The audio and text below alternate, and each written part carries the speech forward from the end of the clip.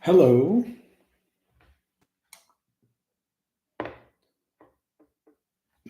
Pulling chat up on my phone.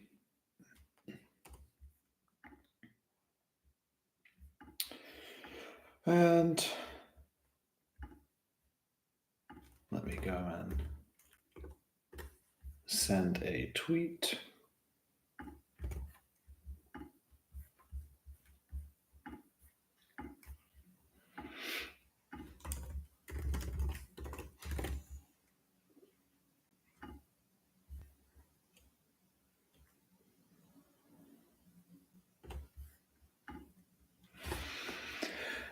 Can you hear me?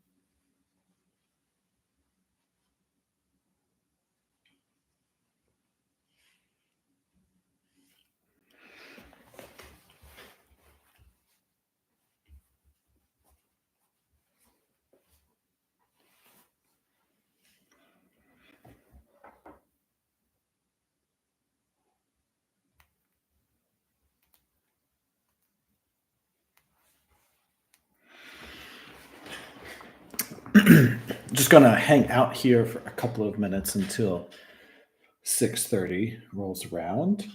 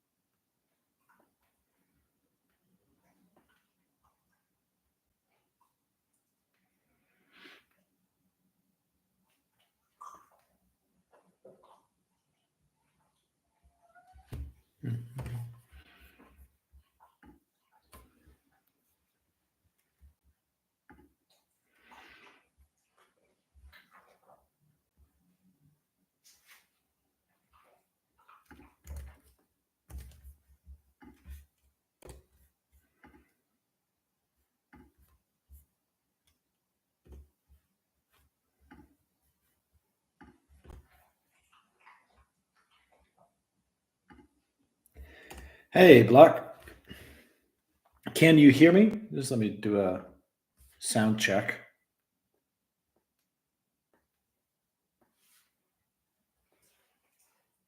Perfect. All right, let me share the screen.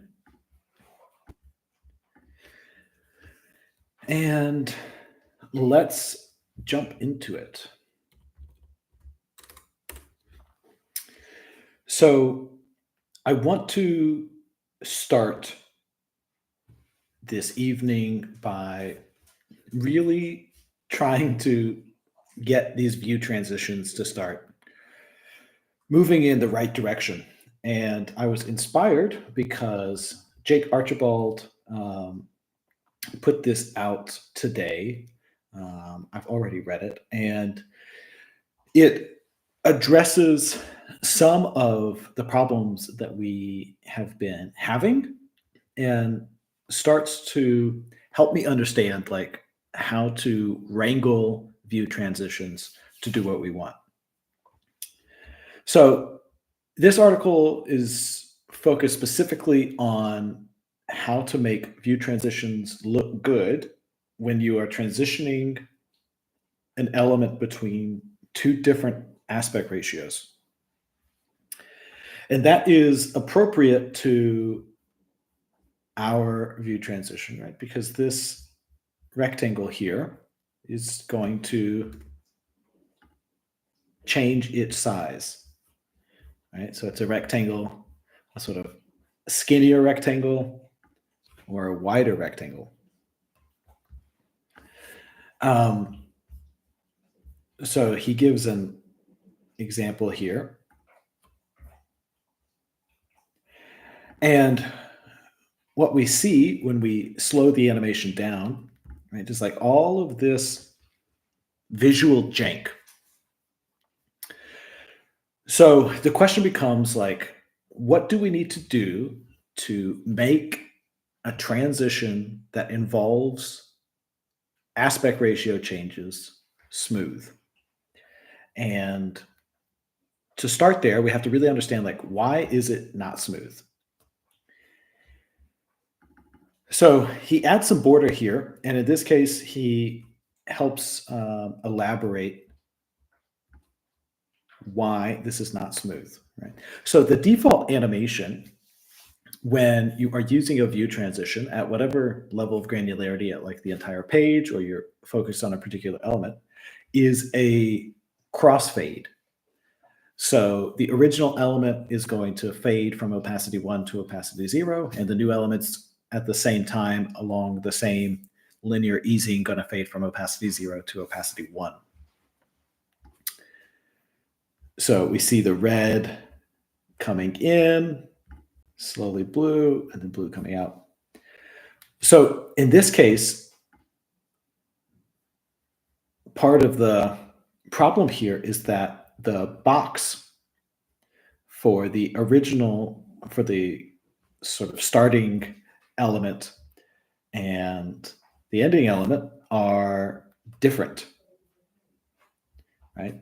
Do they take up the full width of the parent, or do they just take up the width of the content?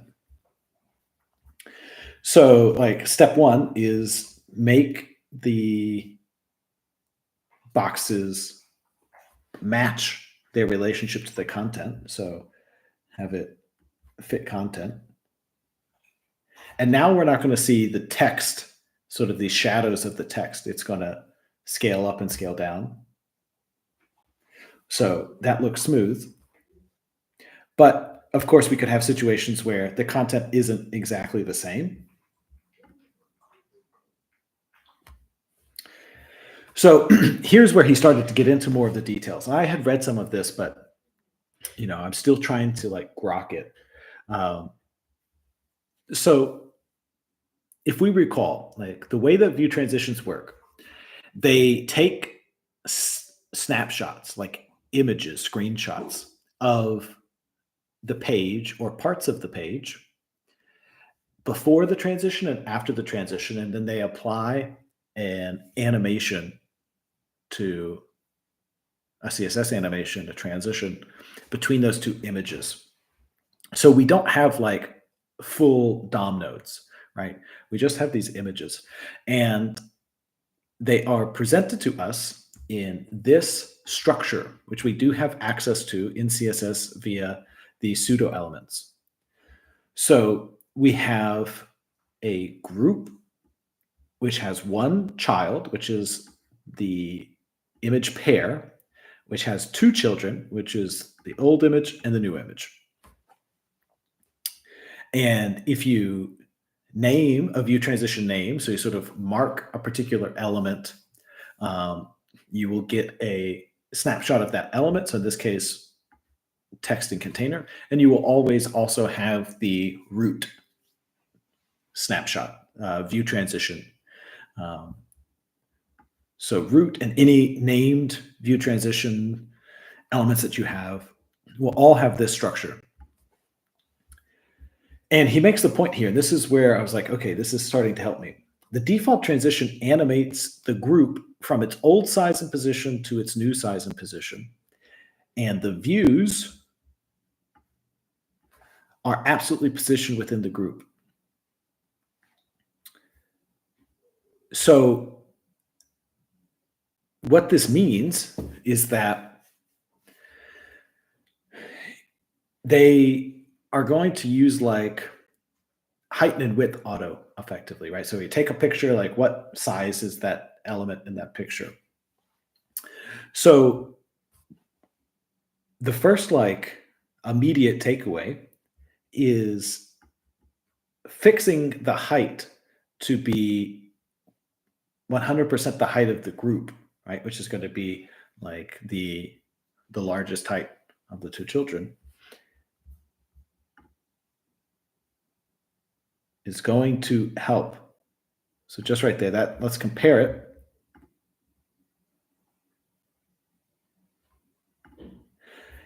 So the default animation, it scales the height and the width. It scales them as it transitions them into and out of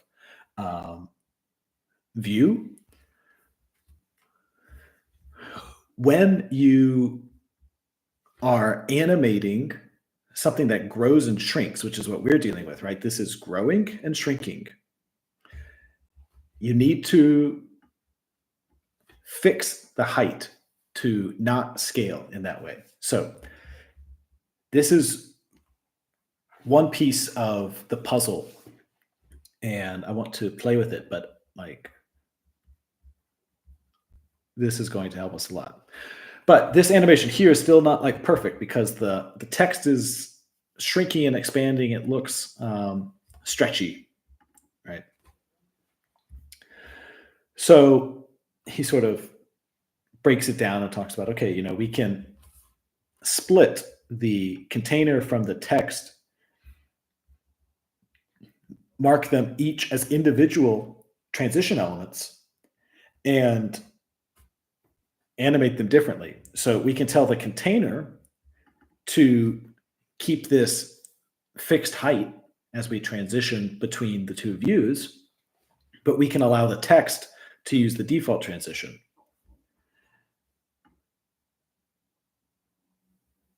So again, the default transition is going to scale the height and the width together, right? That's why it has like this zooming in and out effect. As a reminder, right? In view transitions, the views are images, so we can style them with image-related CSS attributes or CSS properties, I mean. So something like object fit. So here for the text, right? And the comments here are quite useful. So break aspect ratio at an element level. So we're not going to zoom in and zoom out. Maintain it within the image itself. So the aspect ratio will be maintained at the image level, like for the image itself, but for the element, we're going to keep a fixed height and then hide parts of the image that go out of bounds of this. Okay, so let me just confess up front. It's not like I 100% understand every little thing that the browser is doing here, but it's super useful to have him start to break it down. And let's just see the effect. Okay, so we're not zooming in and out, and we allow that text, you can see it. It's just getting clipped from the background. So we're not scaling it, and it's always in view.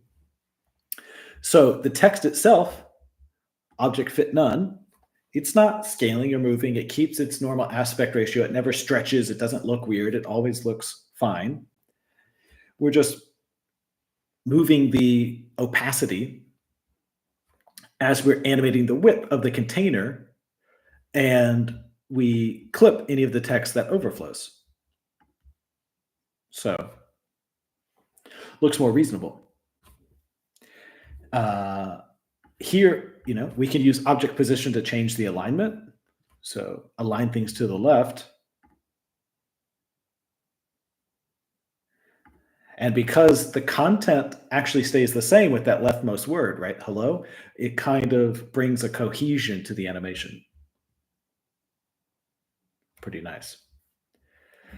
He gets into some more complex situations, right? So the previous solution works great because the text view is only changing position and shape, not scale. To make things interesting, let's throw a change of font size into the mix. Yeah. So he lays out more details here. And we start getting into some differences between styles that we apply on the images themselves and styles we apply on the group parent. Right. So here, make the text views match the height of their group.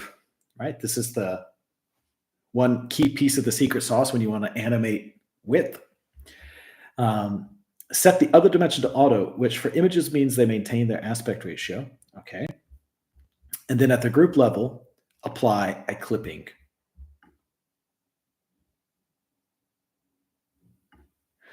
So now we get some of that scaling of the font size,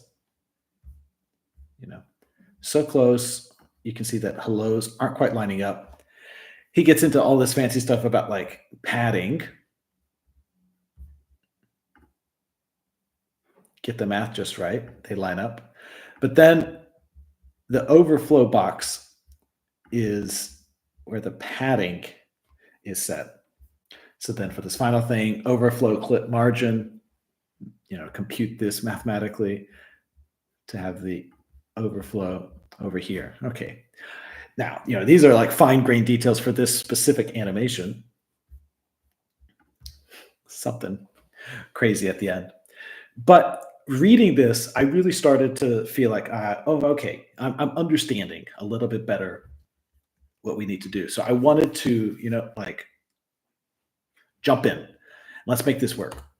So the first thing that I did was I slowed down the animation so that as we are debugging and like trying things out, we can more clearly see like what's actually happening. So just take this 1 second animation. So I want to detail, I'm going to focus on this right now, not over here. So I want to run this a few times and I want to point out the stuff that I don't like. So we're going to start up here. It fades in and it fades out. And it makes it look like it jumps because as it's fading in and out, it kind of fades like down and to the right or like down and to the left. So it looks like it has like a bit of a herky-jerky movement. You see that?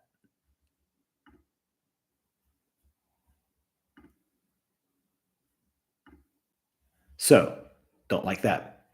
Same thing basically is happening with the text. It like jumps over and it looks to me visually, it looks like it kind of like has this kind of movement, which just looks jarring, right? Like it's coming up in that case. And when we go over, like it's coming down because we see these in between states. Don't love that. In here, again, jumping. In the case where, no, we would trigger the container query, gets even more jarring. And the same thing is basically happening with the tasks. So I want to smooth all of those transitions.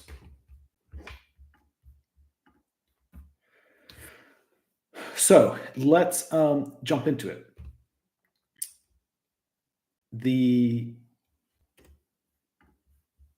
One of the lessons that I took from reading this is attaching. I don't really know the right language for it. In my mind, the conceptual model that I have right now is sort of like if I give an element a view transition name, I'm sort of pinning it as a element that I care about that I want to keep pinned across the transition. I have no idea if this is in any way correct, but this sort of splitting of the container and the text, wherever it was, down here and these kinds of things. So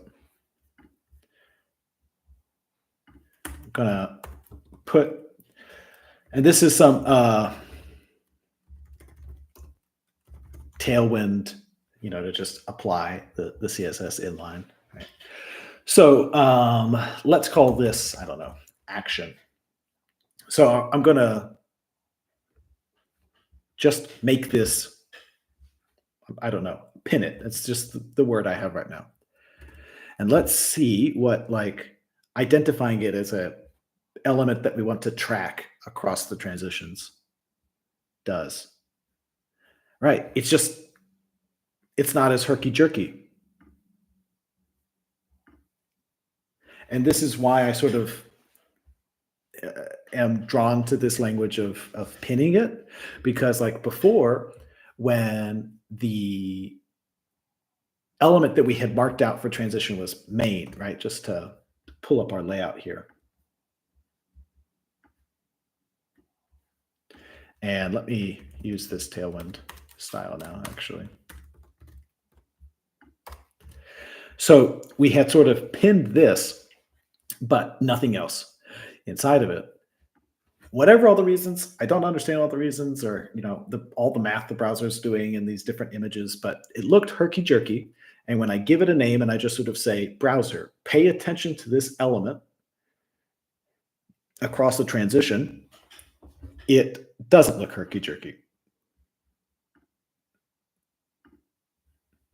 So let's put a view transition name on our inbox text as well and see what that does.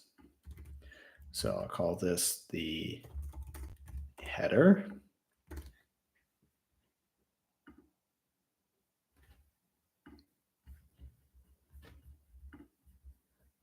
Much smoother.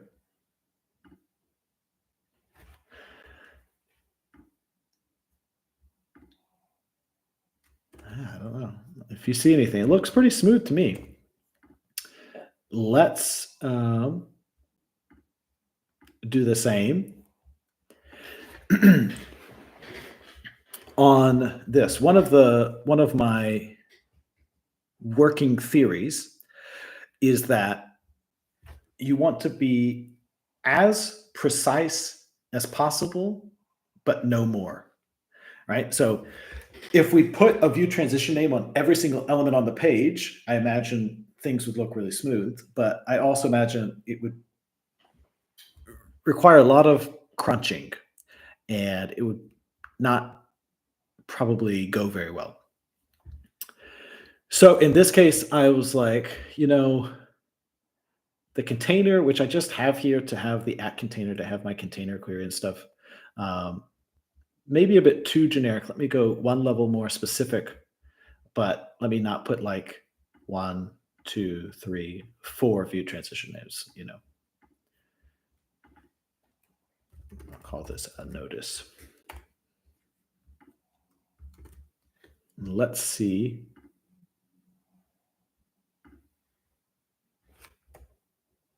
Turn my screen brightness up. I just realized it was down. Yeah. Feels much smoother. Let's come down here. Let's start here. I don't know. Tasks. What happens? No. That's one level too, or I don't know, at least one level too high.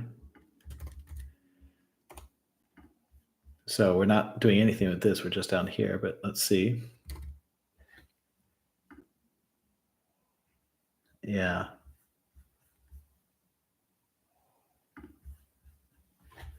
So coming down to this level helped. Let's go to our form.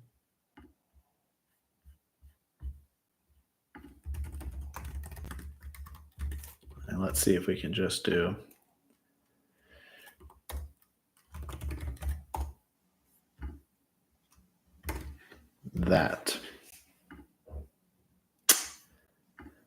Nope, not fine-grained enough. And just to like reiterate, I really don't know exactly what I'm doing, and I don't really deeply understand what's happening here. But a little trial and error never hurt. What is in this div and then this label? Okay, let's come into the label. No, all right, I got to get rid of these extra quotes. Let's give you a name.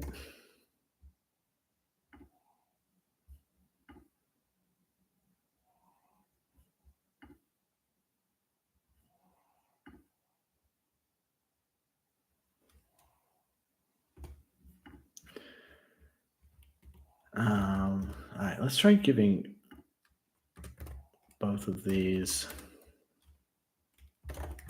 I have no idea what to call it. Does it help to put them together? No.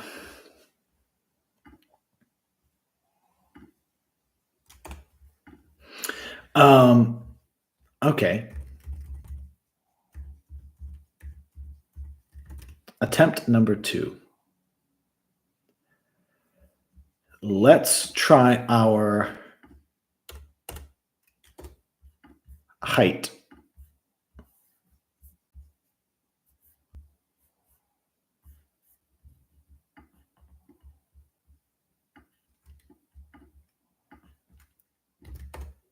Trick. So we call this task form.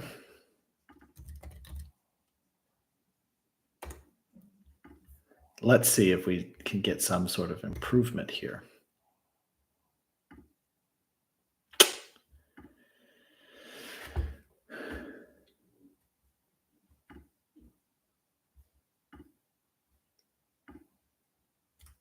Not quite.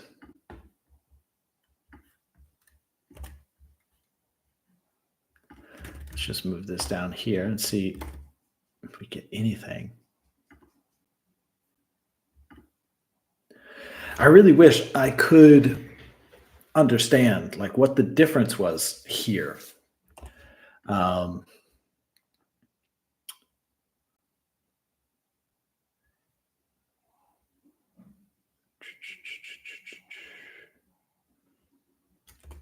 Like, what is it about this that doesn't make it as simple to like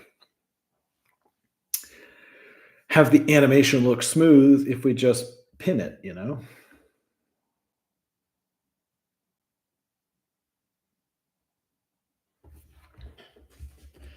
It is curious. It is genuinely curious. At least to me. I wonder, like, can I put, is there anything about,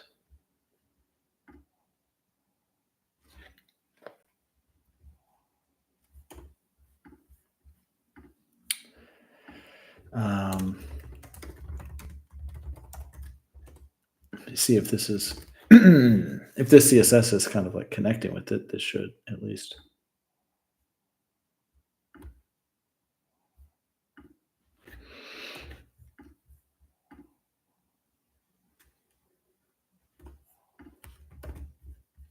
Yeah, I would expect it to not have that sort of movement to it. It should look a lot more broken.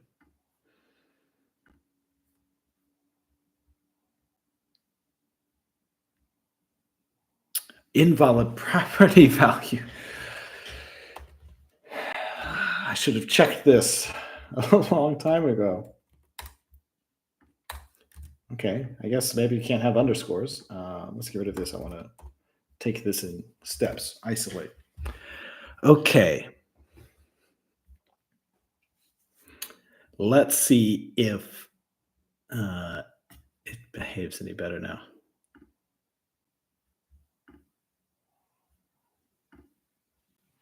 Okay, better.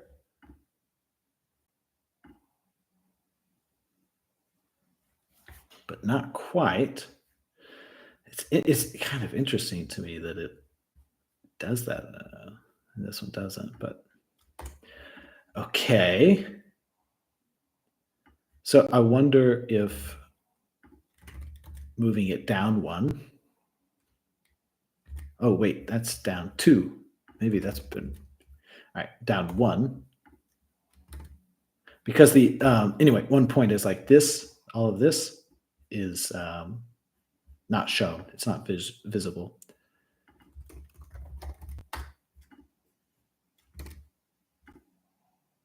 Mm.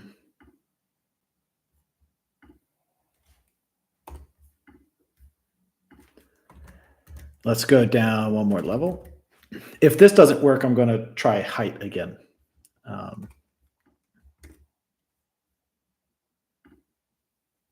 Okay.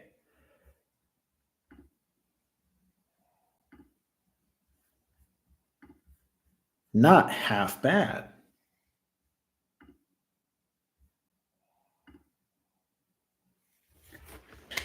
I think that looks pretty nice. I want to stress test it a little bit because this can morph. So let's come like that. And let's see what the animation looks like now.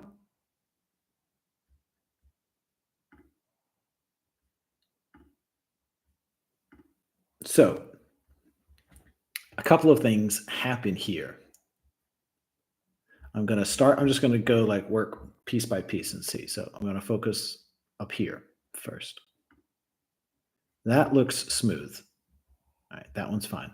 So now I'm going to look here. It has a little bit of jitter. If you saw that, it has a little bit of jitter.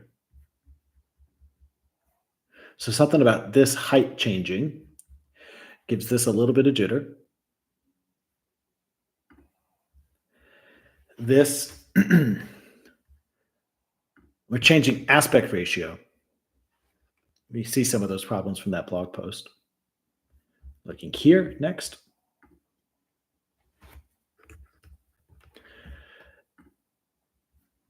Not super smooth. Down here finally. Yeah, some jitter there. So applying the view transition names, pinning those elements, saying we want to track each of these individual elements, figuring out how precise do we have to be, but no more precise, works when we are only growing and stretching, right? As long as nothing about the height changes for any of those elements, they just squish and expand, then just applying the view transition name was okay. But I removed the nesting buttons because they were forcing this detail section to be wider than I wanted, the sort of distribution of width. But when it was wider, this would be squished down, but we can get it into that mode, like right here. So let's keep the window at this height, and let's start applying some of these techniques to improve our transition when we have some aspect ratio changes.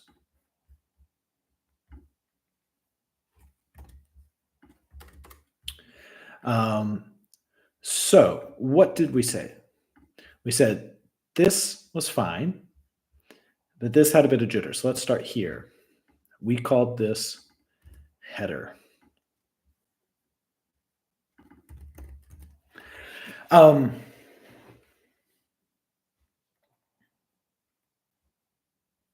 I was just thinking to myself, like, I wonder if it's even possible to do all of this straight in Tailwind.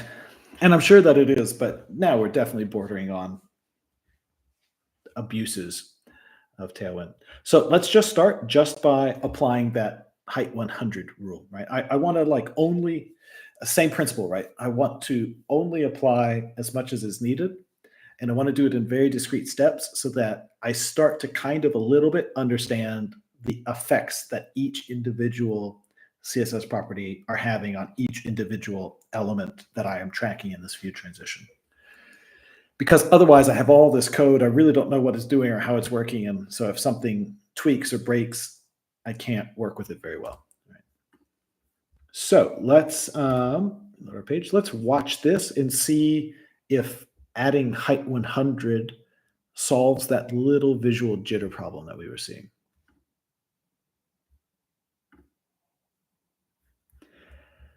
Not quite. I think that we had a little bit of jitter in both dimensions. Let's comment this out and see. And definitely at that point, it was only a little bit of jitter in the width. Let's see if we see it. Yeah. There's a little bit in the X dimension as well.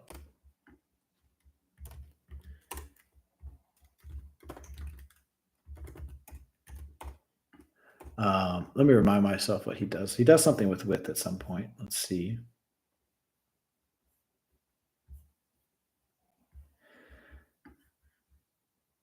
Maintain their aspect ratio. So let's give that a try. Don't totally understand what it means in this context, but we will see.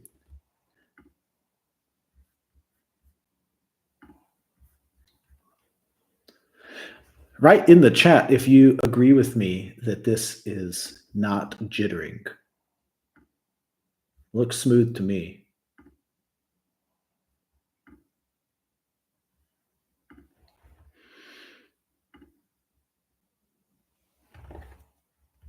I'm actually going to just copy this with the comments included because it'll help me remember, hopefully, a little bit of what the hell this is doing.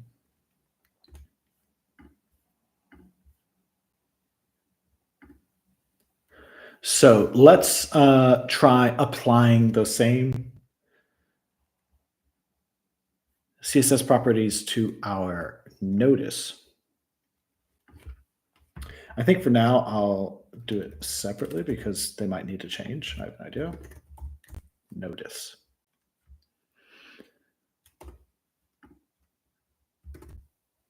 And let's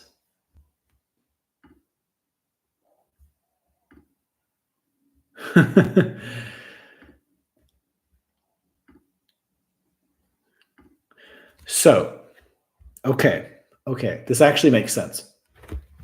For our inbox example, that is similar to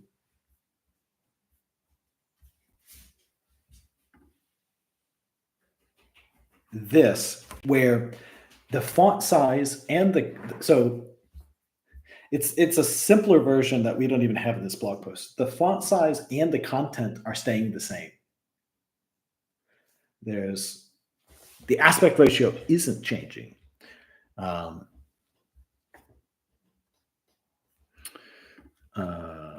Let's actually see. Is this? It is a block. I wonder if we could actually solve this with. Let's give this a try. Let's pull this. Let's comment this out. Let's come back here and let's say width fit. Oops, fit. Yes. Yeah, width fit content. And then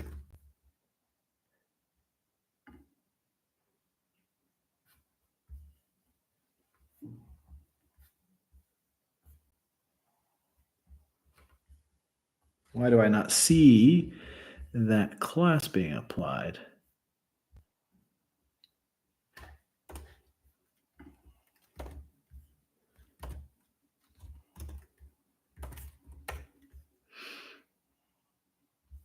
I've got a problem in my CSS.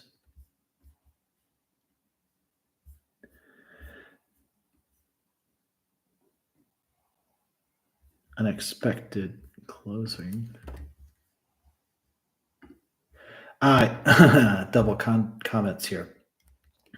Okay. Let's just pull these out. I'll stash them over here for now. Okay.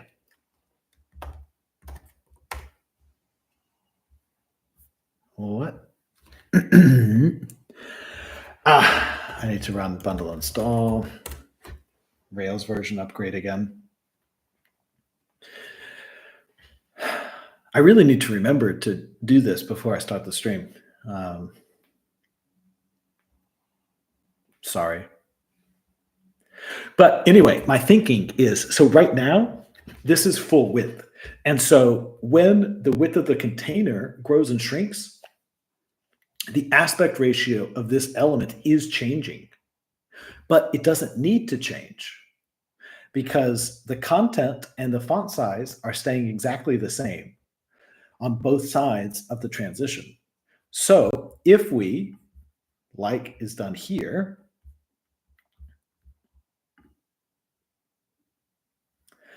if we make it such that the container here is simply the width of its content, then the aspect ratio won't be changing across the old and new views, and it should naturally transition without any jitter. The jitter is coming from the aspect ratio changing, but it doesn't need to change.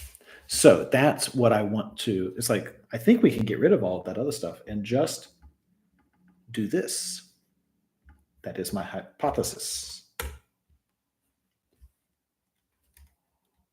Nice. Okay, let's come back here. Okay, now with fit content is set. So let's do some more animating. Yeah.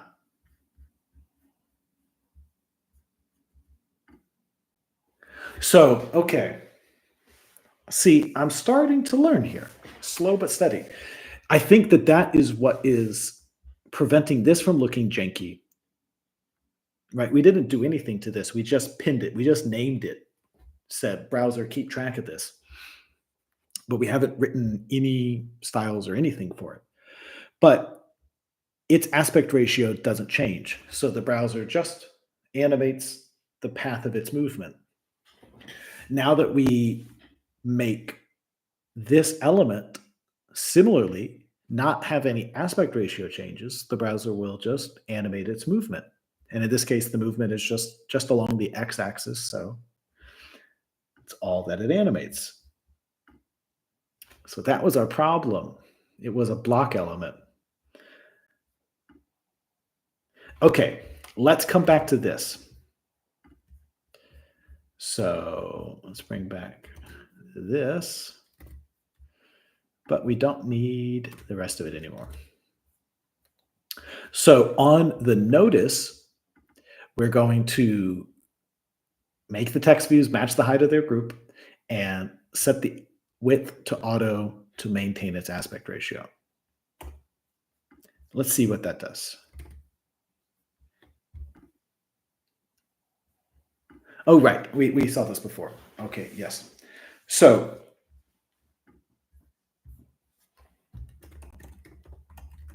with auto, he was doing for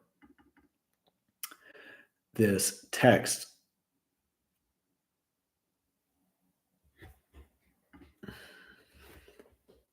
It's changing its width across. Okay, let's take a step back. Let's get rid of width auto.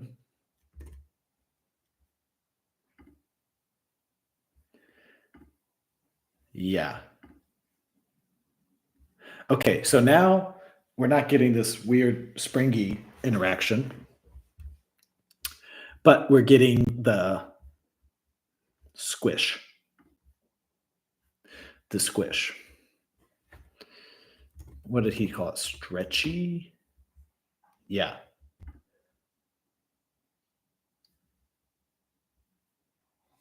The stretch. So I think we're sort of in this situation. So let's dig in deeper here. All right. At this point, we need to step back and think about what kind of transition we actually want. It feels like the box should stretch, changing aspect ratio throughout the animation. The text should maintain aspect ratio but stay within the box. I think that this is precisely what we want. The gray blob background is going to change aspect ratio. Its height and its width are going to change. But inside of it, this and this and this and this aren't going to change aspect ratio. So I think we want precisely this kind of solution. So since we want to animate these things in different ways, they need to be separate items within the view transition. Okay, let's do that. So we have like 4 items, but I think the principle stays the same. What will we call this? Notice icon. Notice text. Notice link. Notice action. Okay. So they all are their own view transition names. Then the container, we tell height 100. That we already have. Yes. Okay. Let's see what this does. Much better. So there is a little bit of jank here, but we have really slowed down the animation, right? I mean, this animation is not going to take 1 second. I think that this might actually be good to go.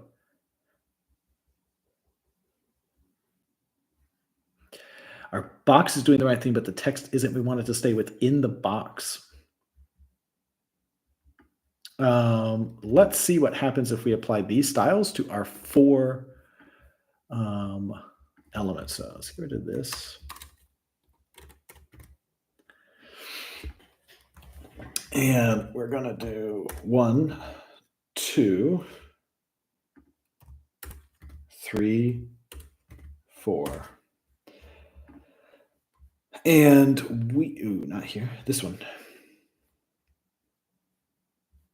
We've got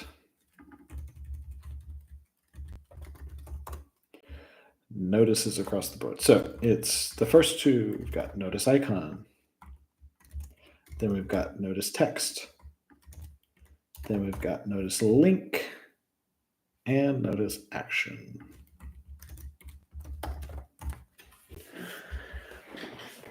Not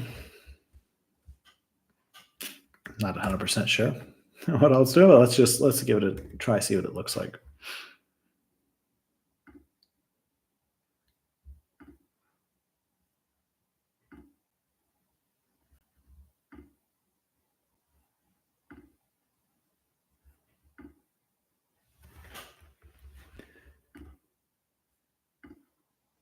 I don't know.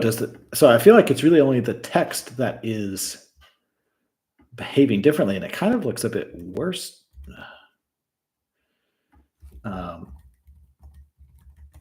To me. Let's go back.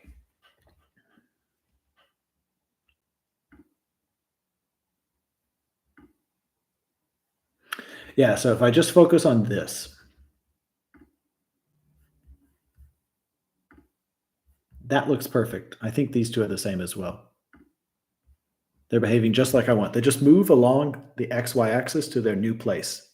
There's no jitter, there's no jank, just movement.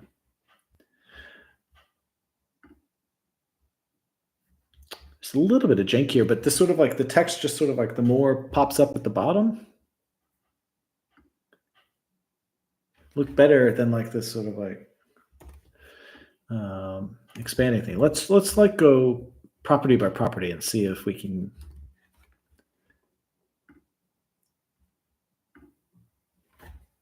No, that makes it look worse.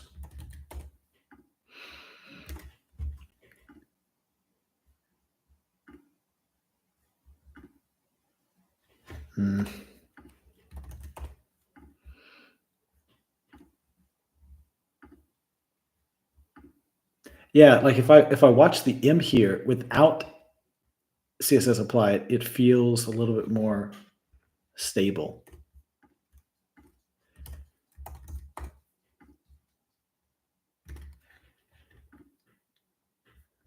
Yeah, like just watch these. They look pretty stable. And I'm not sure that object or overflow clip is doing much of anything.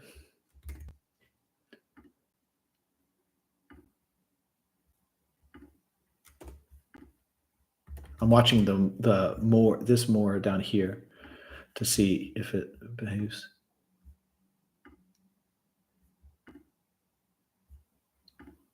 I don't think so. Do you notice anything? Does it look different having overflow clip applied or not? I don't think so. All right, I think I kind of like this fine. I'm gonna drop that. Let's try a more sort of production speed. Let's see what it looks like. Let's also, what's that?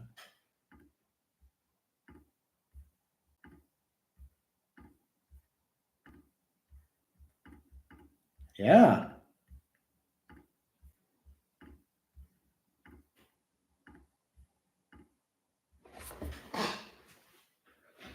I don't know. That feels done to me. What do you think? I'll give you all 30 seconds to write in the chat if you think that there is a way to improve it. But to my eyes, it looks good. I don't see anything.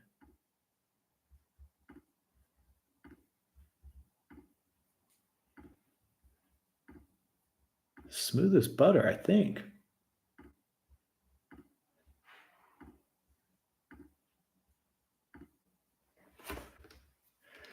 I'm going to call it. So this is actually quite nice. At the end of the day, the only CSS tweaking that we did was to pin, I keep using this word. I'm not sure I'm using it very well in any of these cases, but to pin the height of this notice, which can change aspect ratio across the view transitions.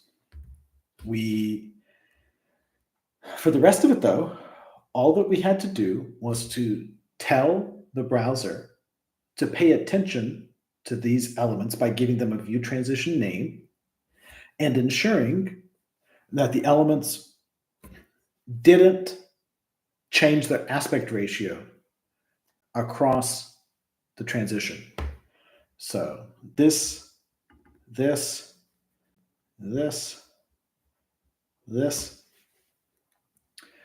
all we had to do was name them.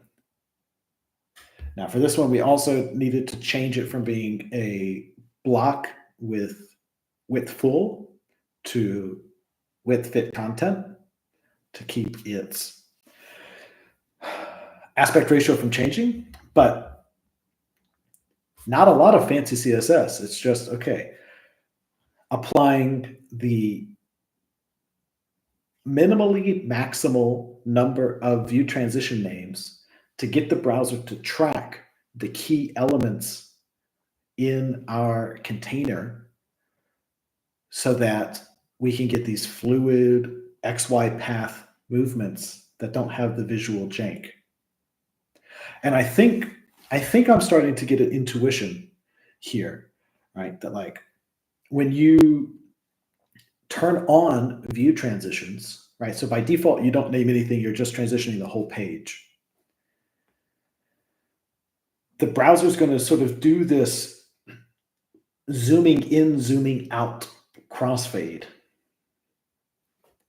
And if you want to create this visual illusion of an object just moving linearly through the space of the page, then you have to give it a name and tell the browser to pay attention to it. And when the browser pays attention to it, and definitionally it is inside of a larger view transition, whether that's the whole root or in our case, this main element, whatever all the reasons, however precisely it's doing it, you give it a name, it becomes an object that we know precisely where and what it is on both sides of the transition. If we don't give it a name and it's just, the whole larger view transition, the browser doesn't know. It doesn't make any guesses. It doesn't like pin those objects. So it just zooms in, zooms out, opacity bleed. This though, you name them, you pin them, the browser can say, this element at the snapshot, the old snapshot is the same as this element at the new snapshot. And I can just run a simple CSS animation to get from one to the other, which is going to visually just look like movement, linear movement along an XY plane. So in the end, it's really not that bad, right? There's not a lot of CSS that we had to do. This CSS is pretty minimal. I think I also kind of understand it for something that changes aspect ratio across view transition boundaries, across the old and new views.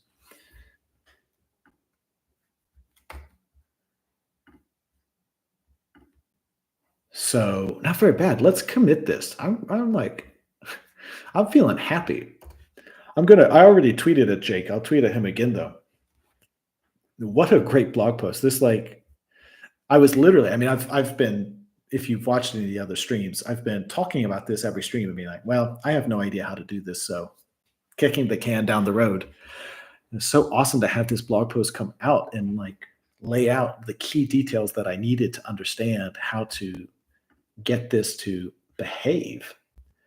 Okay, so apply a view transition name to all of the necessary elements in our main section. I think we've got this one here. Yeah.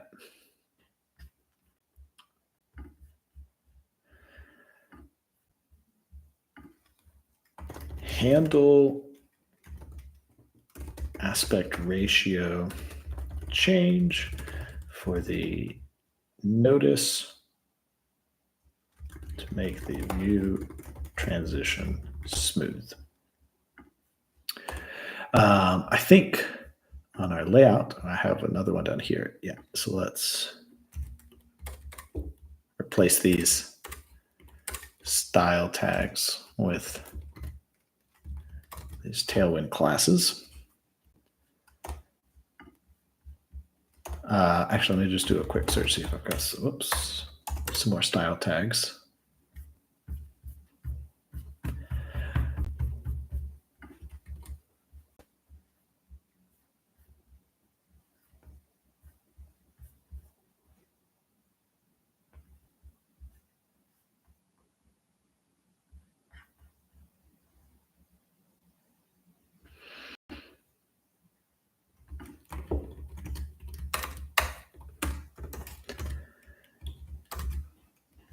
Okay.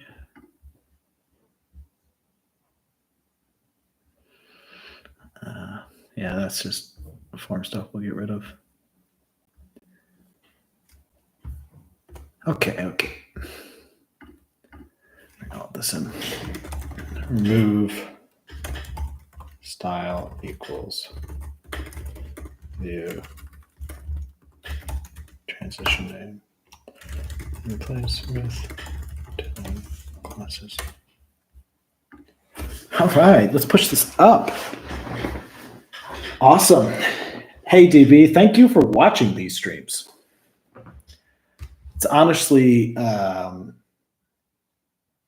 actually doable because some people actually watch. If I was just sitting here with nobody ever watching, I would have definitely given up already because I would do all of this so much faster if I wasn't talking the whole time. Not so much faster. I actually really enjoy the talking, but I don't think I would do it just to put videos up on YouTube. I enjoy the live component. So I'm not going to mess with like doing a fancier animation on this right now. I'm okay where this is at for the time being. What I want to make sure to get to today um, is allowing us to create labels from this popover. So for anyone who wasn't here at the end of last stream or haven't seen it, let's just point out what we are talking about. So in Superlist, right, we've got this popover, and you can apply labels to a task. And we have this implemented, right? So we have this popover has a form element, and the form element has an auto submit stimulus controller. So whenever you, and these are just checkboxes. So whenever you check a checkbox, we submit the form, re-render, come back. So this functionality is there. What isn't there is, well, two things, searching or creating, but let's focus right now just on the creating. So whatever you type, it will put a label with that exact text in there. And if it matches, you see it's always appended at the bottom of the list. So we want this behavior, and we also want it to, like, you can select it and apply that label. That is, I can make this full width again. That is the functionality that we want. Let's close some of this. I'm not going to need all of it. Let me put a couple of labels into our database.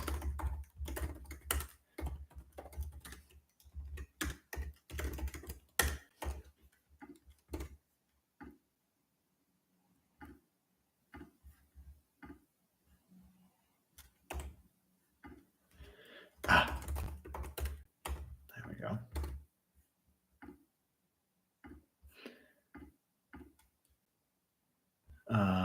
Let's create two tasks.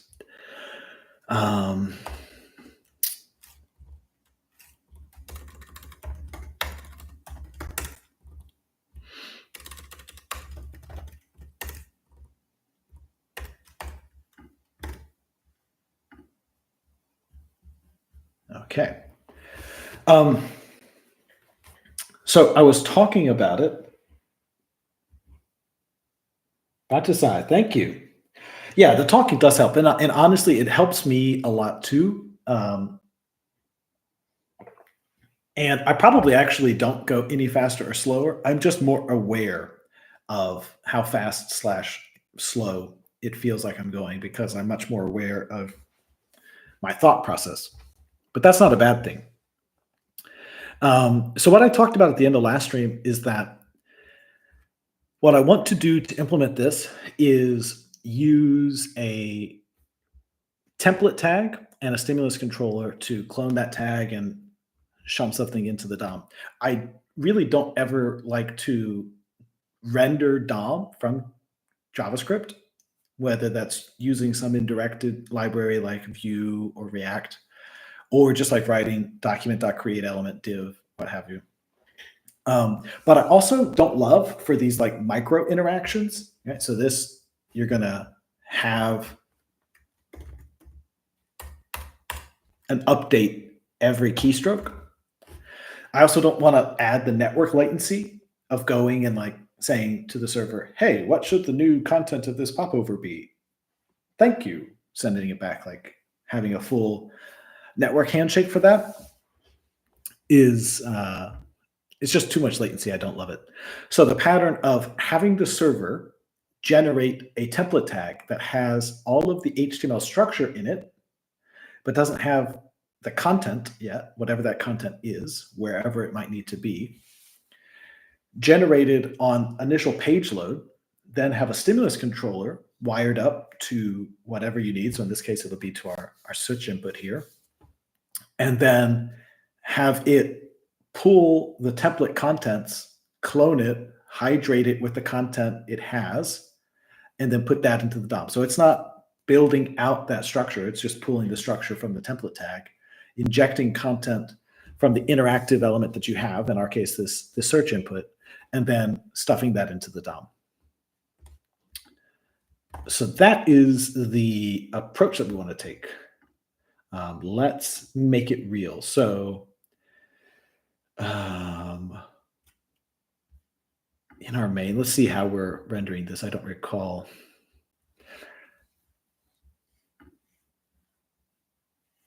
Task.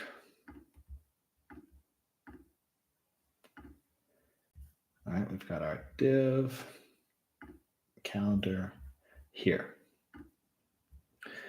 For anyone who hasn't yet seen yesterday's stream, I highly recommend you actually watch that one, because that is where we got into this pattern, which I call the anchored popover pattern. So we're using the popover API and using a still under development CSS API. There is a polyfill for it. I haven't yet dug in to make the polyfill work. I'm just using Chrome for now to make it work, which allows you to define anchors and then anchor elements to other elements. I'm using those two things together to drive this interaction. So instead of those details and summary with absolutely position content, we now have these popover triggers and popover contents.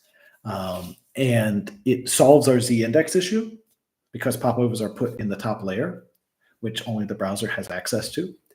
And the popover auto style, there's popover auto and popover manual. Popover auto, the browser naturally only allows one popover to be open at a time.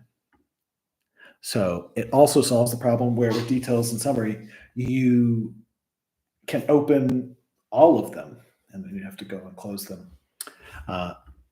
And you get light dismiss. Popovers are awesome. By default, popovers are fixed elements, so they're only positioned relative to the viewport, so you can't anchor them to a particular element like their trigger. But with the anchoring CSS API, you can. And so combining those two modern browser tools together gives us this, which is just amazing. And I go deeper into all of that and show a bunch of blog posts and stuff in yesterday's stream. Would recommend.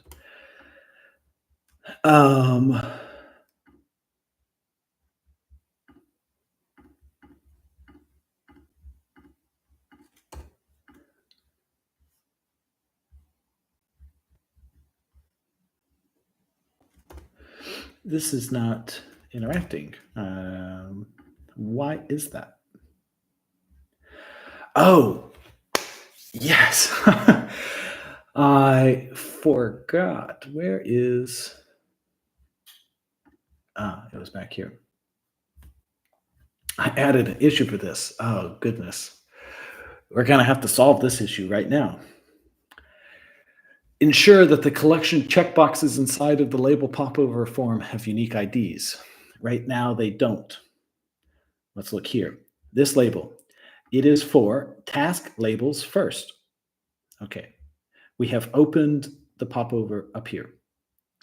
Let's now open this popover. Label for task labels first. Of course, the inputs have the same ID as well. So 2 inputs, exact same ID, 2 labels pointing at them. They are not behaving well on the page. We can't have 2 of them. So we need to solve this problem. I wonder if I can define an ID. Let's just start. Foo. Does that override? Let's look here.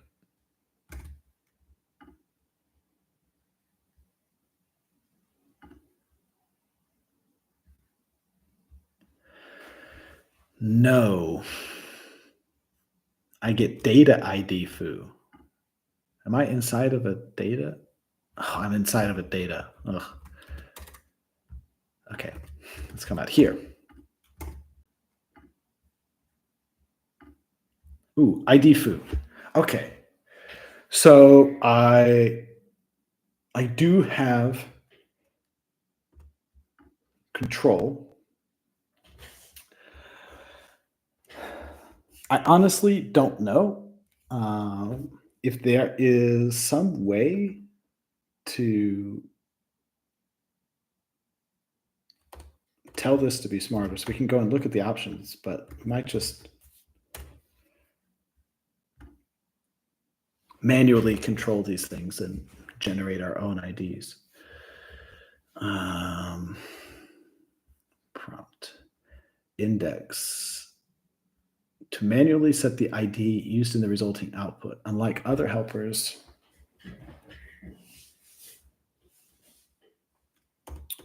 okay, that's interesting.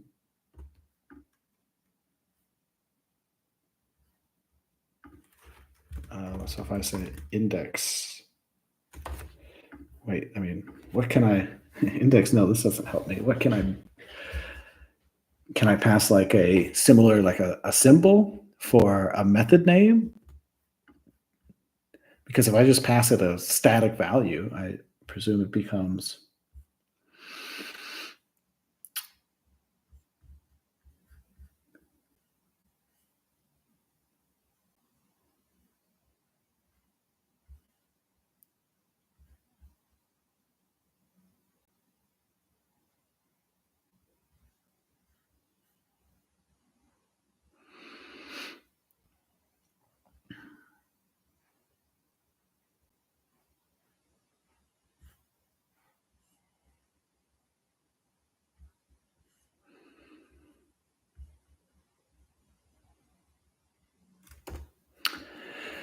I'm not sure. Let's just pass a static value for now.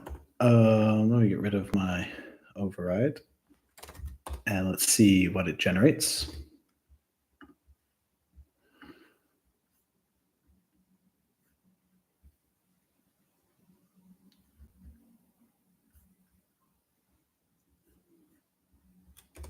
Nothing. What does nil do?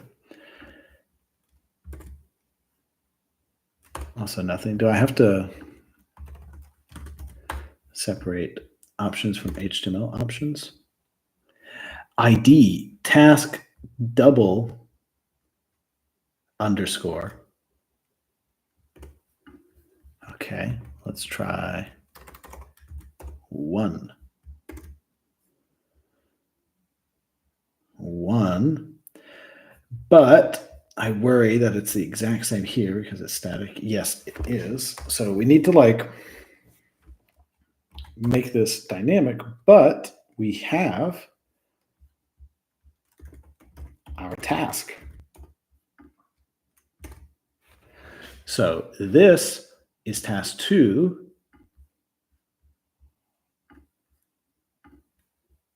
That's the one we're looking at. Let's come down here.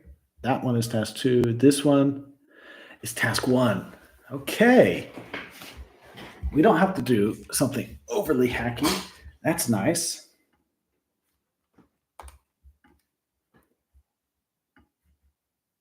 Index. Let's commit that. Let me.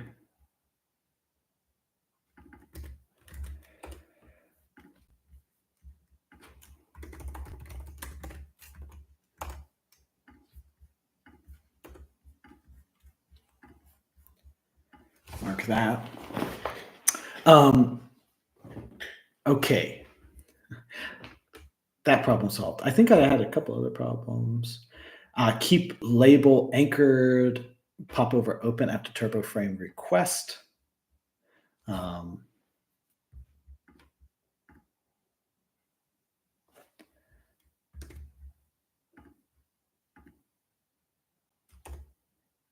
is it not updating? It changes the name. Oh, that's not what we want.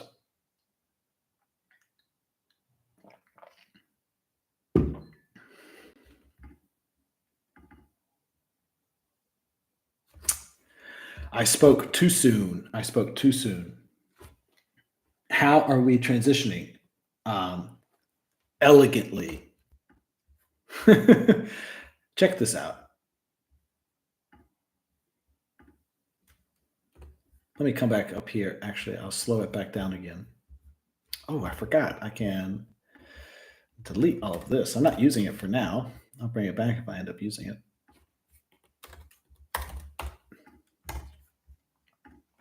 So slow down the transition. We're watching this, this, and these.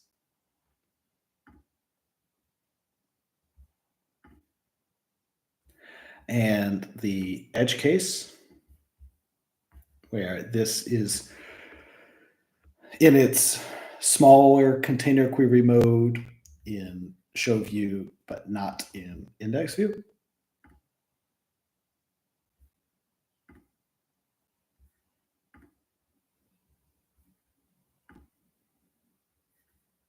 Those guys are jankier than I remember. Yeah, we'll clean that up.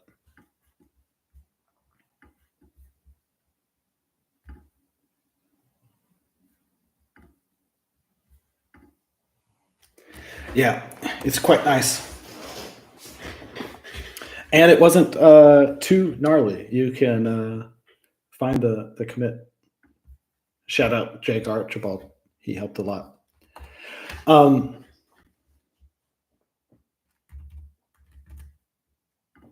Okay, back to this problem. Index, task ID, go away. Doesn't work. So let's just manually create these things because we want the names to stay the same so that they submit, the form submission has the same structure, the standard structure. We just want to include the task ID in our IDs. Justin, so I had slowed the transition down to 1 second to make it clear. And so that's the standard turbo drive. Let me just do it again, show everyone. Turbo drive, right? Because it doesn't use the standard browser navigation. And it also doesn't know, right? Like your server could take 5 seconds to respond. Turbo drive provides its own loading indicator, which is this bar along the top. And when I slow down the view transition to 1 second, the request takes long enough that the loading bar is visible. So that's turbo drive. When we go back to our default duration, you don't see it because the request is faster. I think turbo drive doesn't show the show the loader if the request takes less than 300 milliseconds. I think it's some number like that. But anyway, just because I slowed the transition down, that is why we see the progress bar, and the progress bar comes from turbo drive. So let's 500 milliseconds, Lewis says. Yeah, I trust you. I mean, I have no idea. I'm sure that you've seen it at some point. We don't need this. Let's say form.field ID, and we'll say task label and builder.text. I think field ID can take multiple arguments. If it doesn't, we're going to find out and it'll blow up and we'll know. Okay.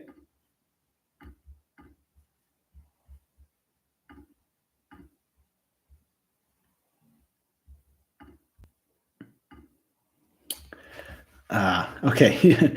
It doesn't work quite like DOM ID.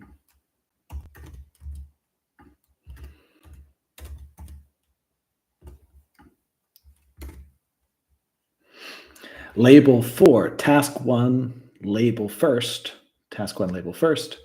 And up here, we have task two, label first. But our input has name task labels with a checkbox. So,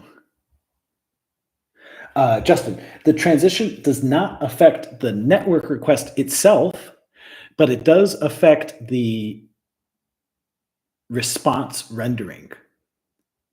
So, TurboDrive is waiting until the response has completed, right? And there are these different browser events. I don't remember the exact browser event, but it's the thing that's going to drive when Turbo sends the Turbo load event. Okay. DOM content loaded, probably, but don't hold me to that. So the transition duration does not make the HTTP request any slower, right? I'm on localhost. That's happening in like whatever, 50 milliseconds or something. 55 for this one. But the browser does not say that the DOM content has loaded, that the page is finished rendering and getting set up until the view transition animation is completed. And TurboDrive does not consider the entire navigation event as being complete until the browser considers the page as being completely rendered. So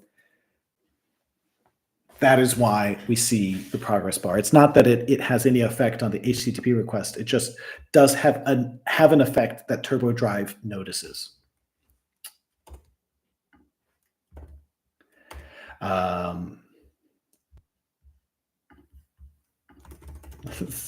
We need to. No. Mistyped. 24, I think it was. Whoopsie.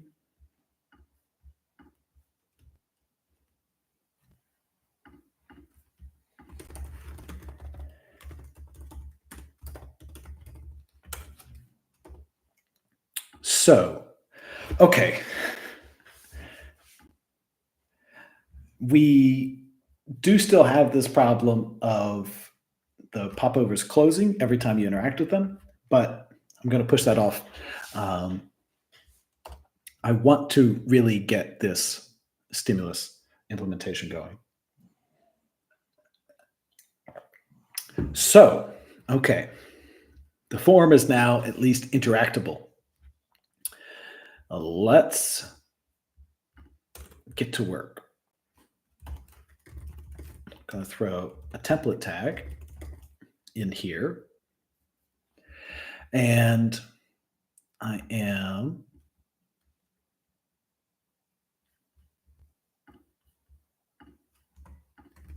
going to take all of that.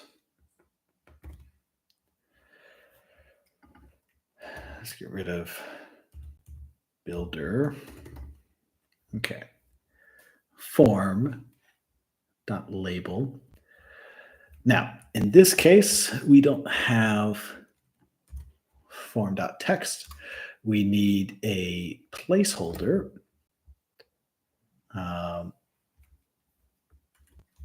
For now, I'm just going to do this. And I'm going to similarly do that. Okay, let's see if this renders. Nice, looks like it renders. Let's look it up on the page. Got our document fragment.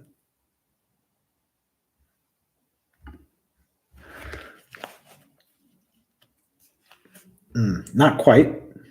All right, so label takes that on its own. Okay, let's try this one more time.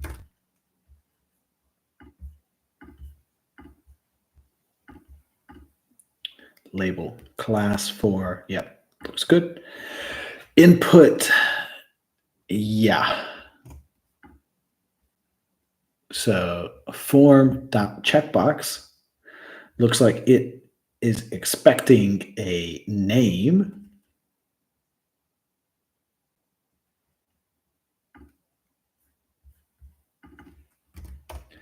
I'm just going to hard code it for right now.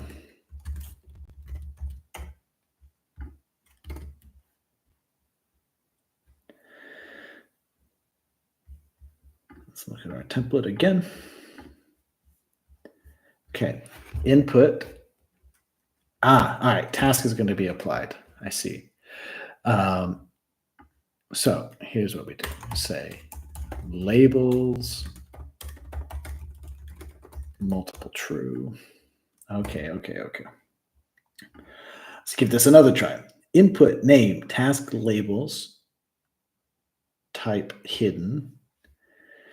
Input ID, task 1, label placeholder, matching. Class, data action, data checkboxes, target, type, value.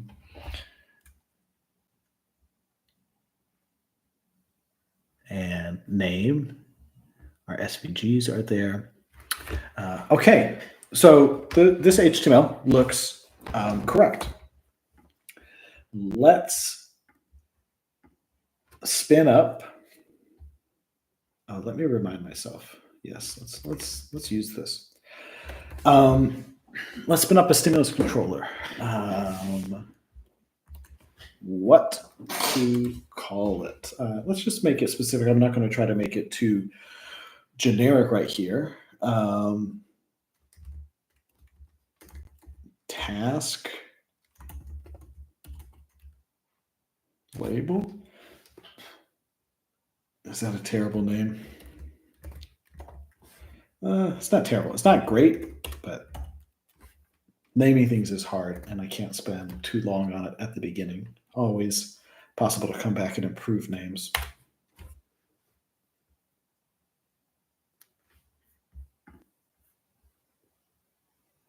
Oh, look, it cleaned the whole thing up for us. Nice. Okay, task labels. Yeah, I really need to get in the habit of using this generator. This is much easier. So let's go ahead and grab this and throw it up here, actually. So we'll have two of them. And we're going to need to set up our logic. So what is it that we have? We're going to need to pay attention to the change events that happen on this input. And we're going to need to know about this template. So we're going to need to target this.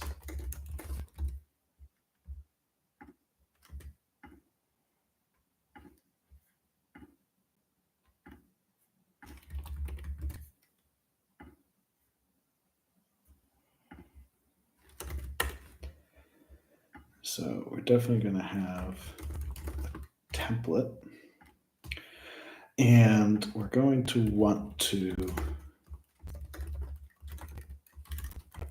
have an action on this.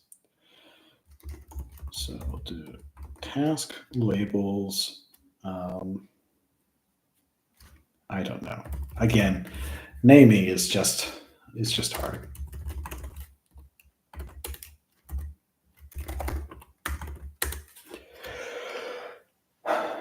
Yes, ChatGPT. That is what I want.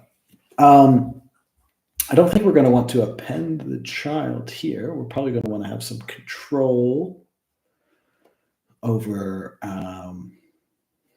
that.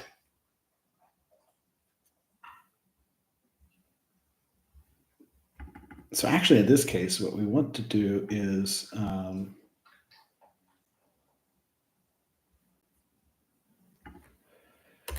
you say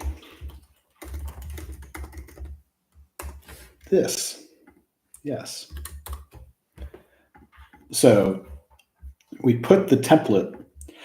So we're going to sort of set up a convention where put the template tag where you want it to be cloned into. And so we will find the parent and append it as a child. So it'll get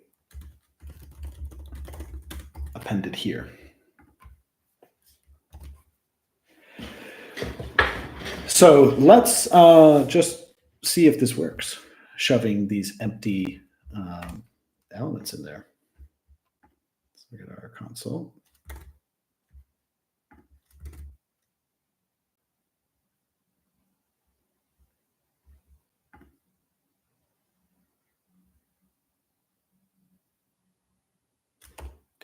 I've got some lazy JavaScript here. Let's just fix this.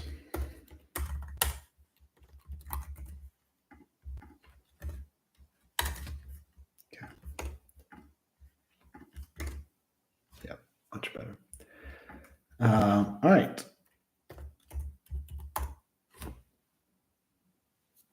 Progress. Now, what we need to do is in here, I need to replace placeholders. So as a reminder, the content that we want is going to be in our event. So I think if we do this, we will get what we want. Yep. And we have this, right, for text content. So we can do clone query selector all for each. I don't love those overly short variables. Yep. And then the other thing we want to do is we want to replace these.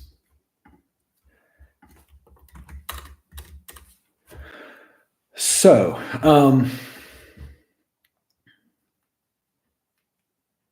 trying to think of a way to make this more declarative and not have this stimulus controller have a ton of coupled knowledge about the structure of the template that is there, right? That's why, so this pattern, this is totally declarative. You can have as many of them as you want. You can put them wherever you want, and they're just going to get the event target value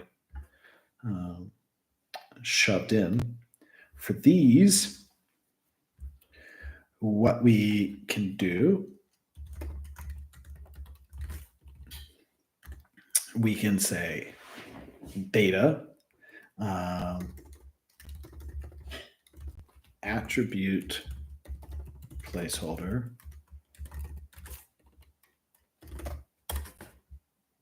and say which attribute has a placeholder.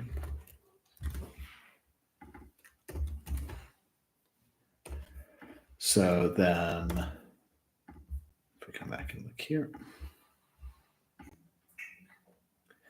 So data attribute placeholder. So we can run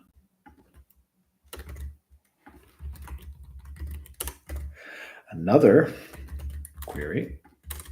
That's what we're doing.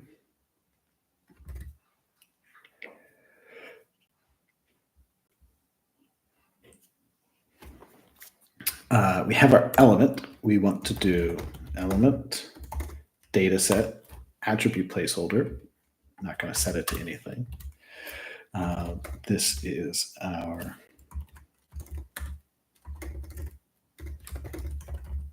attribute name.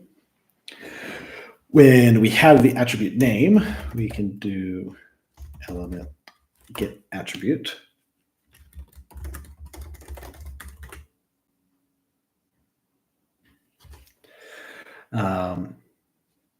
So this is going to give us back 4. This is going to get the value of 4. And now we can do a gsub. Can you just gsub? I do not know JavaScript as well as I know Ruby. JS gsub text.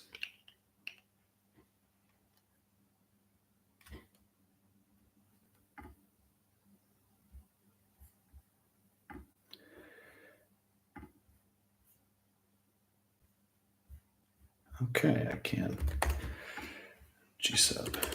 Very nice. So I can do attribute, replace placeholder with event target value. And then we want to update the attribute. Let's see if this runs.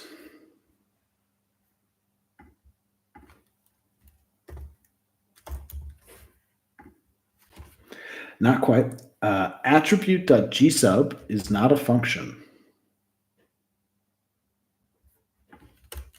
Interesting. What is attribute?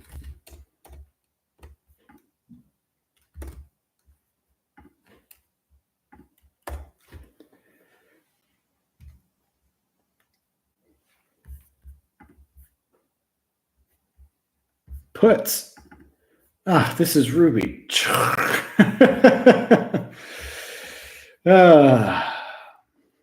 Of course. Of course not. Okay, let's test this this here. So let's take this text.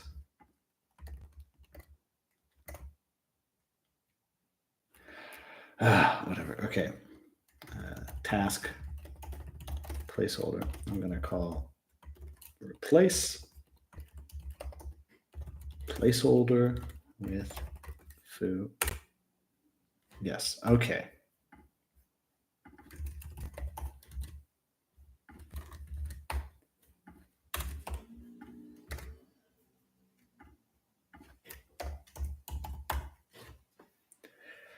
And let's look at their values.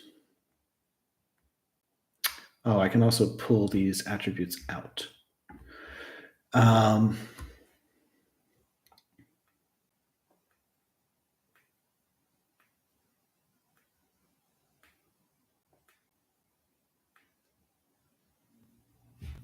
This does not have our data attribute on it. I thought that we...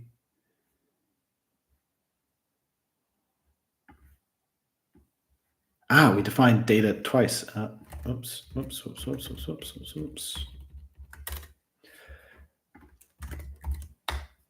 Okay, let's try this again. And let's look at our template, make sure this looks right.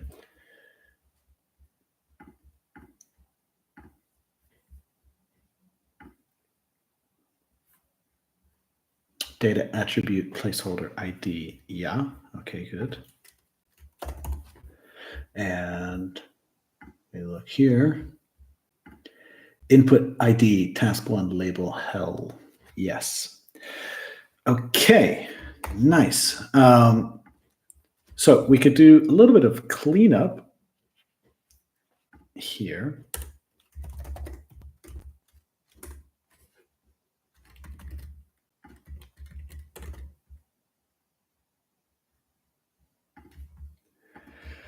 Once we put them into the DOM, we don't need these attributes. And the final thing, obviously, we are appending a bunch of these, and we only want one.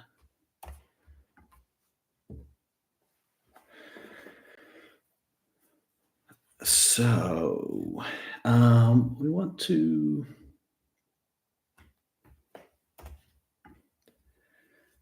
I want to keep track of this. So let's do this.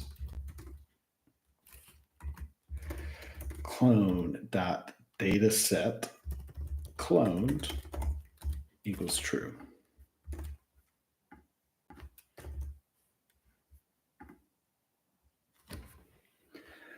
Cannot set properties of undefined setting cloned.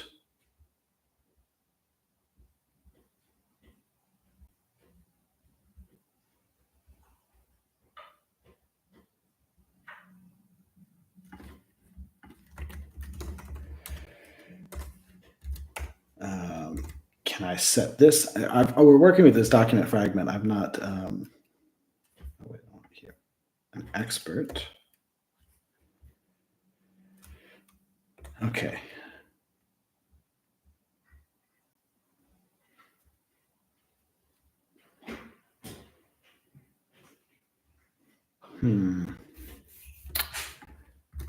JS set attribute on cloned template.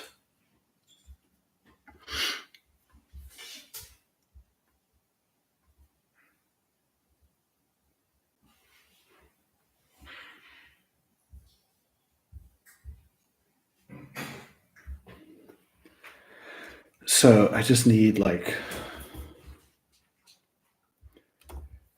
the first child. What do I put in there? The template has a label. Okay.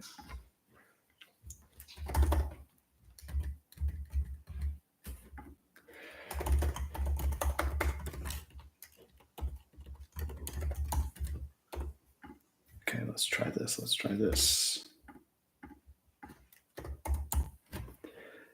All right. And our label has data clone true. Okay, nice. So we set that, and then before we put it in the DOM, we can do this dot element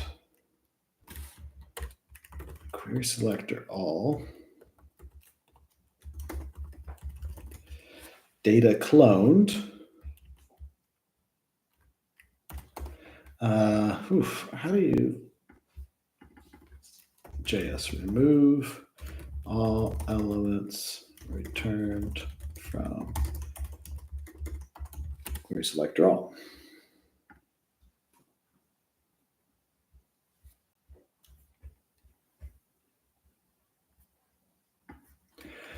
Of course, there's nothing simpler than iterating.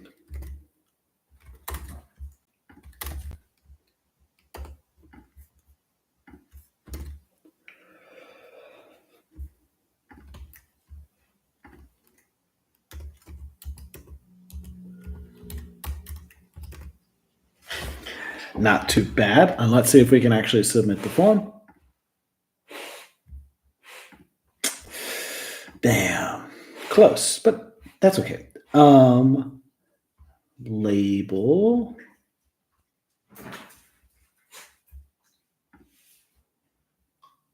input. We're inside of the form still. Yes.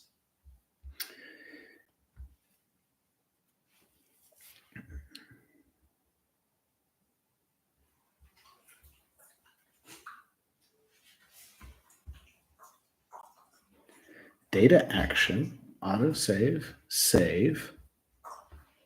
It has up here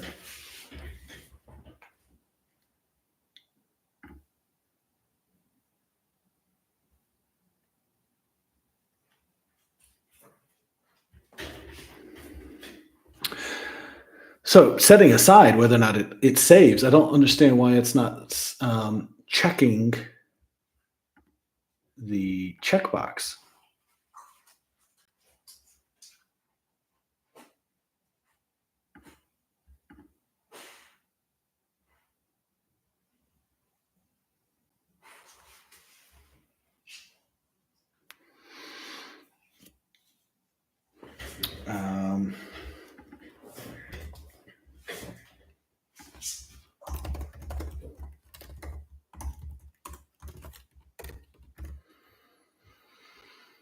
Oh, come on.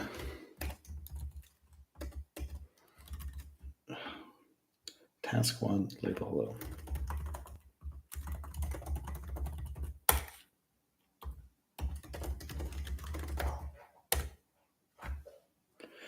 Okay. What is wrong with our label? Task, task, task, and task, task. The label is not properly bound. Is that in our template? What's up with that?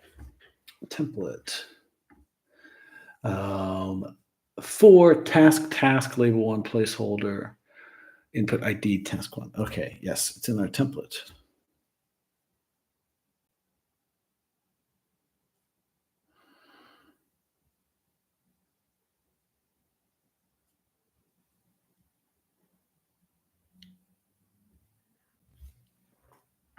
What? What? I don't understand that.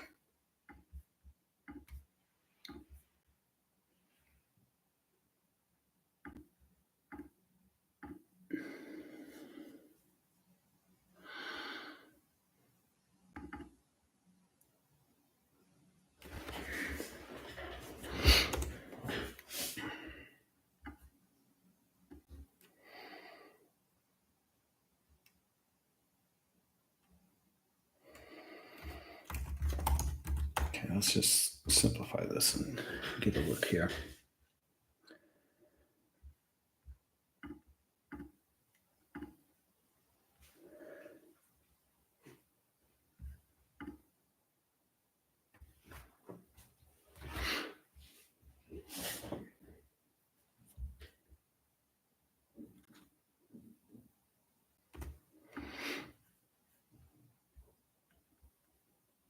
So why does this?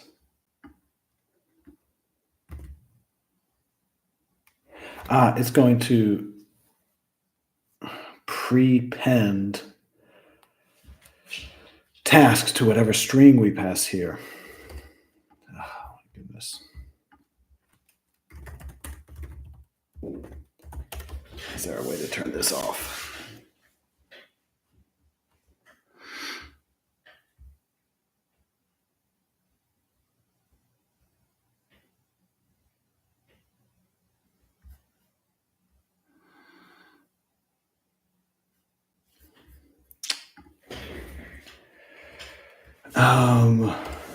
So field ID is going to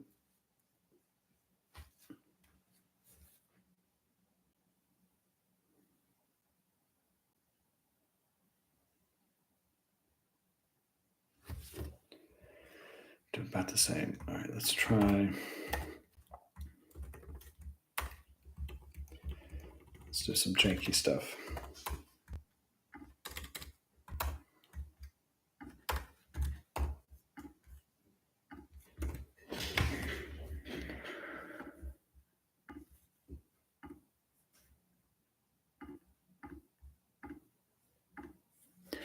Label for task one, label placeholder, input ID, task one, label placeholder.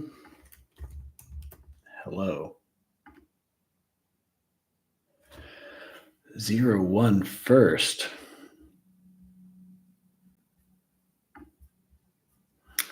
I don't think these are the values I was expecting. Template. Input value 1. Okay.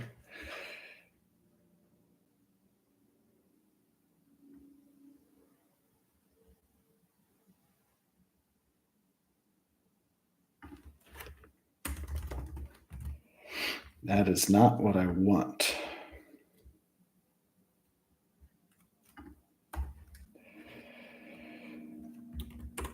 Okay.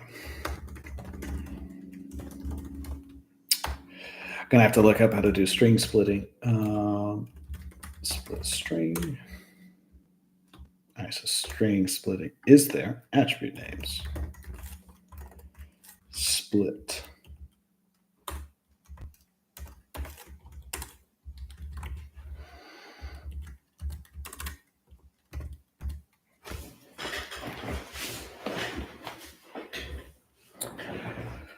In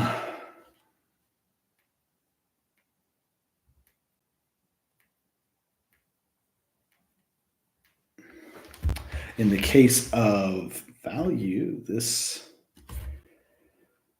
isn't going to quite do what we want. Get rid of these though. That's not the text I want. I think it's also submitting the the empty this, which I don't need because I'm appending it to an existing. Need to see if there's a way to turn that off.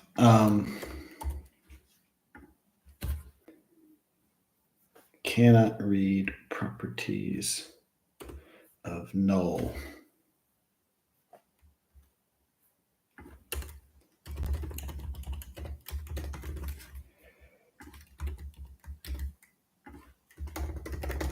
Let's see what we're dealing with here.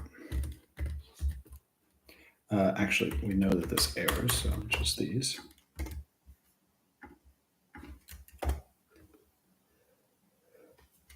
Attribute names is not defined. Oh, stupid autocorrect.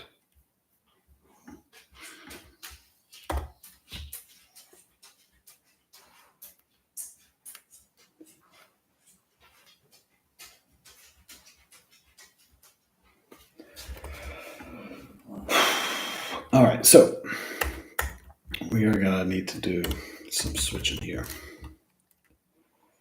If attribute, come on.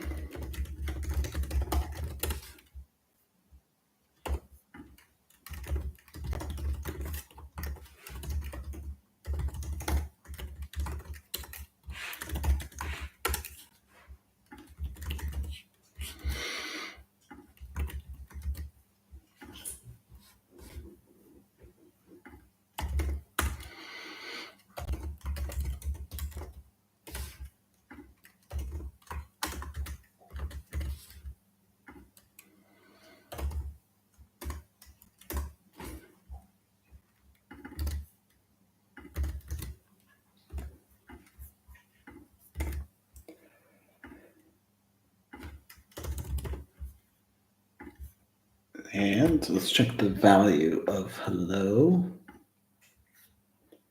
Value, hello. Okay, that's what we want. Now, this is also being submitted, and we don't want it to be submitted. And I'm sorry, I was silent through that part just to explain like what I'm doing here, right? So I want you to be able to specify multiple attributes that are placeholders that we want to get injected with our value. Maybe it save a little bit to pull this out.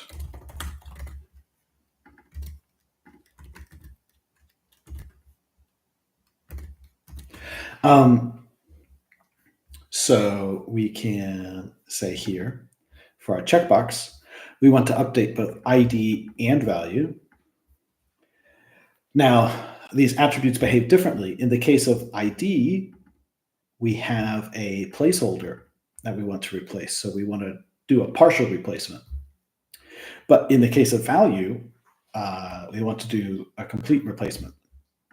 So I want to handle that. So we allow there to be multiple split by a space. So we're going to split on space and iterate over that. So if there's one, or if there's 2 or 3 or whatever, just take each one in turn.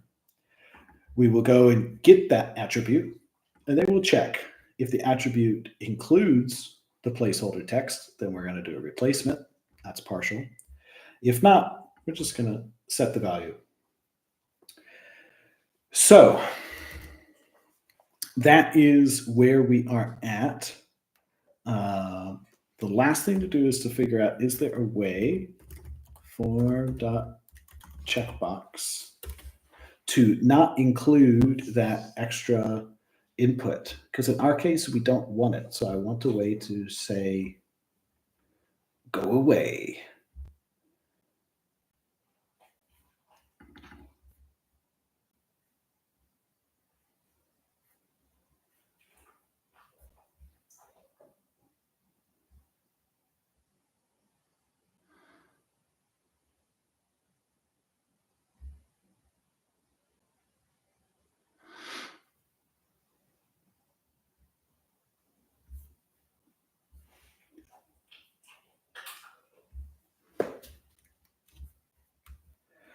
I might want to use checkbox tag instead.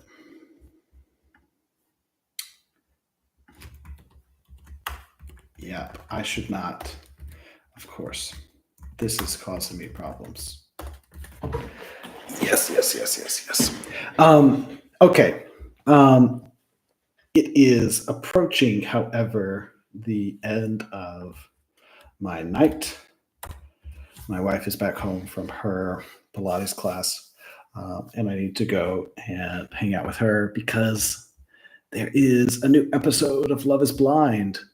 And what can I say? I like trashy reality TV. So we'll come back to this. We'll push this over the edge. We're close. We're close here. I'm going to be able to get this done in the first 30 minutes tomorrow. But I'm really happy with the progress that we made on the view transition. Loving it. We're going to get this label set up. Once we have this label interaction set up, we're going to clone it over for lists as well. Make it possible for you to attach a task to a list. And from there, we're just going to keep adding in functionality. So, had a great time, and I will see whoever can make it tomorrow night. I'm going to stop sharing my screen now and talk to everyone tomorrow.